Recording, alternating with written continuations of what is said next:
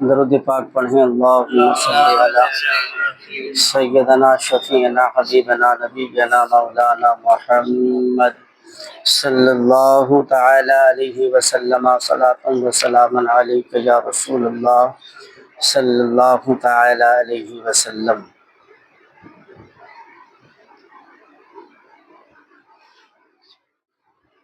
تمام تعریفیں اللہ جل مجدہ الکریم کے لیے، ہر قسم کے درود و سلام پیارے آقا جناب محمد رسول اللہ صلی اللہ تعالی علیہ وسلم کے ذات سپردہ صفات کے لیے۔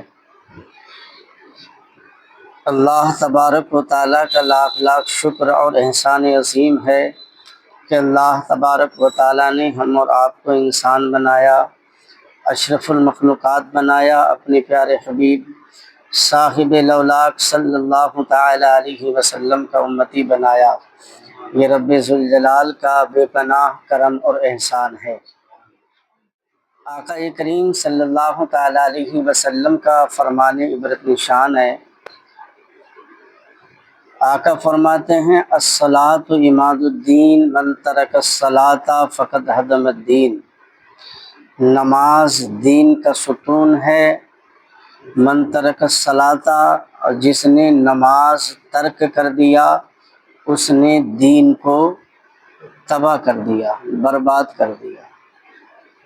نماز اسلام کی بنیادوں میں سے ایک بنیاد ہے، فرائض اسلام میں سے ایک فرائض ہے جو اہم رکھتا ہے۔ اسلام کے جو فرائض ہے وہ 5 ہے: کلمہ توحید، نماز، روزہ، حج، زکوٰۃ، یہ اسلام کے فرائض ہیں۔ اگر ان 5 باتوں میں سے اگر ایک بات کا بھی کسی نے انکار کیا یا کسی ایک چیز کو ہلکا جانا تو پھر دائرے اسلام سے باہر ہے۔ تو اس دور حاضرہ میں ہم ہر چیز کو ضروری سمجھتے ہیں۔ اپنا کام ہے تو ضروری، اپنا کاروبار ہے تو ضروری، ساری چیزوں کو ضروری سمجھتے ہیں۔ کہیں جانا ہے تو ضروری، دعوت آ گئی تو جانا ضروری، اور جو چیز انسان کے نیم اور معمول میں شامل ہو جائے تو اس کام کو کرنا ضروری ہوتا ہے۔ لیکن ہم نماز کو ضروری نہیں سمجھتے۔ لوگ بہانہ بناتے ہیں، سوچتے ہیں کہ چلو پڑھ لیں گے۔ یہ بھی تو کہو چلو آج نہیں کھا رہے، کھا لیں گے کبھی۔ کھانا اگر سامنے پلیٹ آ جائے تو انسان ایسے ٹوٹ پڑتا ہے کبھی کھایا ہی نہ ہو۔ اور نماز کے بعد چلو یار ابھی تو زندگی باقی ہے، پڑھ لیں گے۔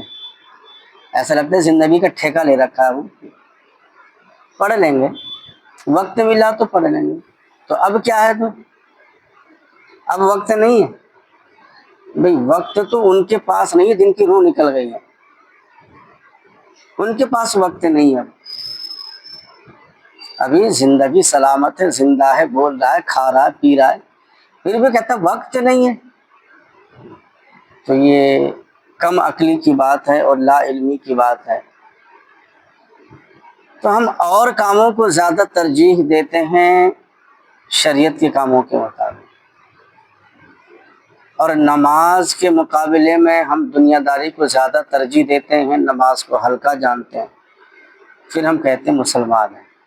اور نبی فرماتے ہیں کہ نماز دین کا ستون ہے، جس نے نماز چھوڑ دیا اس نے دین کو ڈھا دیا۔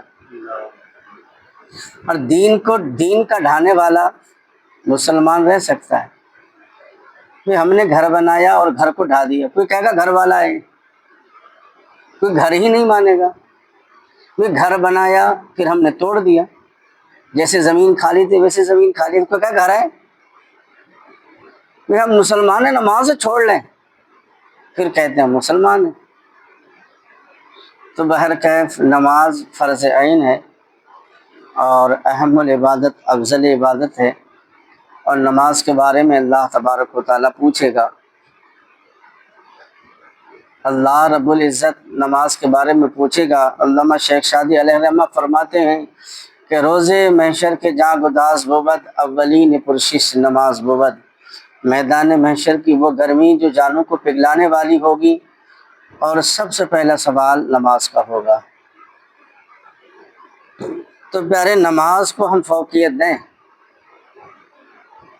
نماز کو اہمیت دیں، دنیا کے کاموں سے آگے نماز۔ آج کل ہم اور کاموں کو زیادہ ترجیح دیتے ہیں نماز کے مقابلے میں، واللہ نماز کے سامنے کسی دنیا داری کو ترجیح نہیں ہے، اول نماز۔ کربلا میں کربلا کا پیغام تو یہی تھا نا کہ جان کی پرواہ نہیں کی، امام عالی مقام نے نماز کی پرواہ کی کہ جان جانی تو ہے ہی لیکن نماز نہ جائے۔ تو یہ کربلا والوں کا درس ہے، یہی تو سبق ہے، کربلا کا پیغام تو یہی ہے نا کہ نماز ہر حالت میں ادا کرو، نماز ضروری ہے۔ جس طرح زندگی جینے کے لیے انسان کو کھانا اور پانی، ہوا، آب و ہوا کی ضرورت ہے، اے انسان ہم بھول گئے، ہم زندگی گزارنے کے لیے سانس لینا ضروری سمجھتے ہیں نا، بنا سانس کے تو کوئی زندگی نہیں گزار سکتا نا، بنا کھانا پانے کے زندگی۔ تو جس طرح زندگی کے لیے ہمیں آب و ہوا کی ضرورت ہے، کھانا پانی کی ضرورت ہے، اس سے زیادہ کہیں ہمیں آخرت کی زندگی کے لیے نیکیوں کی ضرورت ہے، اس سے زیادہ کہیں، لیکن ہم ضروری نہیں سمجھتے۔ کر لیں گے اللہ کی عبادت، ابھی تو وقت ہے، ابھی تو ٹائم بہت ہے۔ بہت سارے لوگ کہتے ہیں کر لیں گے کام، شریعت کے معاملے میں ٹالنا، اللہ کے حکم کو ٹالنا، نبی پاک صلی اللہ علیہ وسلم کی سنتوں کو ٹالنا، پھر آگے کا وقت دکھلانا کہ ہم کر لیں گے، ابھی تو وقت باقی نہیں۔ یہ ہماری بے وقوفی ہے، یہ لا علمی ہے۔ اللہ تبارک و تعالیٰ فرماتا ہے کہ جس نبی پاک صلی اللہ تعالیٰ علیہ وسلم کو ہم تکلیف پہنچاتے ہیں اپنے کام سے، میں نے جمعے میں بیان کیا تھا نا کہ ہمارے زندگی کے بہت سارے کام ایسے ہیں جو نبی کو تکلیف پہنچتی ہے، بہت سارے کام۔ کیا ہم گناہ کرتے ہیں یا شریعت کے خلاف کام کرتے ہیں تو کیا ہمارے نبی کو تکلیف نہیں پہنچتی؟ میں نے بتلایا تھا نا کہ جب ہاتھ کے ایک اعضے کو چھوٹا سا زخم لگے تو پورا جسم محسوس کرتا ہے، نبی تو جان سے بھی زیادہ قریب ہے، اور اس جسم و جان سے اگر ہم گناہ کریں تو کیا نبی کو تکلیف نہیں ہوگی؟ ہوتی ہے۔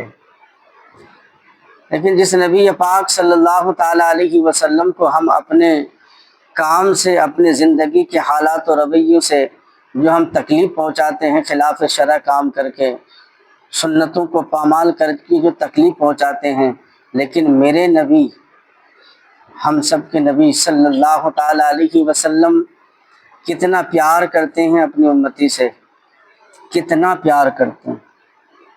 اللہ تبارک و تعالیٰ فرماتا ہے وَلَسَوْفَ يُؤْتِيكَ رَبُّكَ فَتَرْضَىٰ، اے محبوب میں آپ کو اتنا دوں گا کہ آپ راضی ہو جائیں گے۔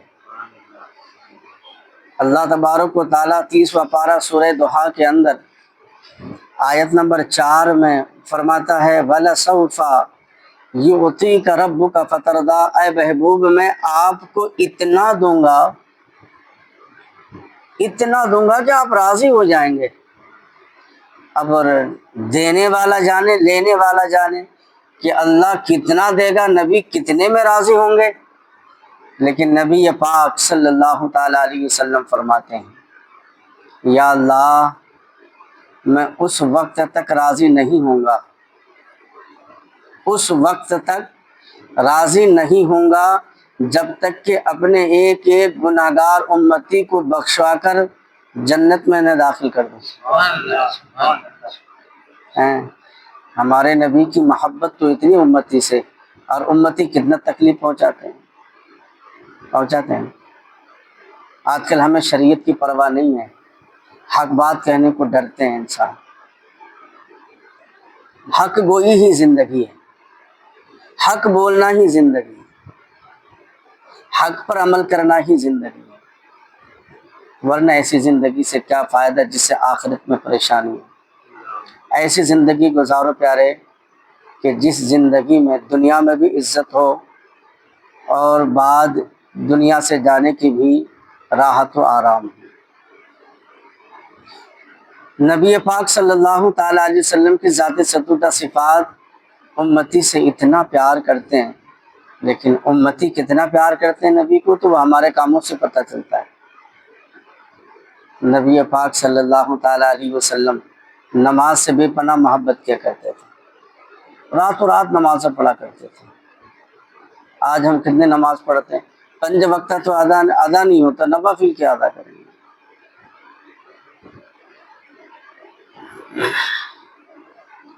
تو یہ نبی پاک صلی اللہ علیہ وسلم کا پیار ہے کہ اللہ فرماتا ہے، اسی لیے اعلیٰ حضرت فرماتے ہیں خدا کی رضا چاہتے ہیں دو عالم، اور خدا چاہتا ہے رضائے محمد صلی اللہ علیہ وسلم۔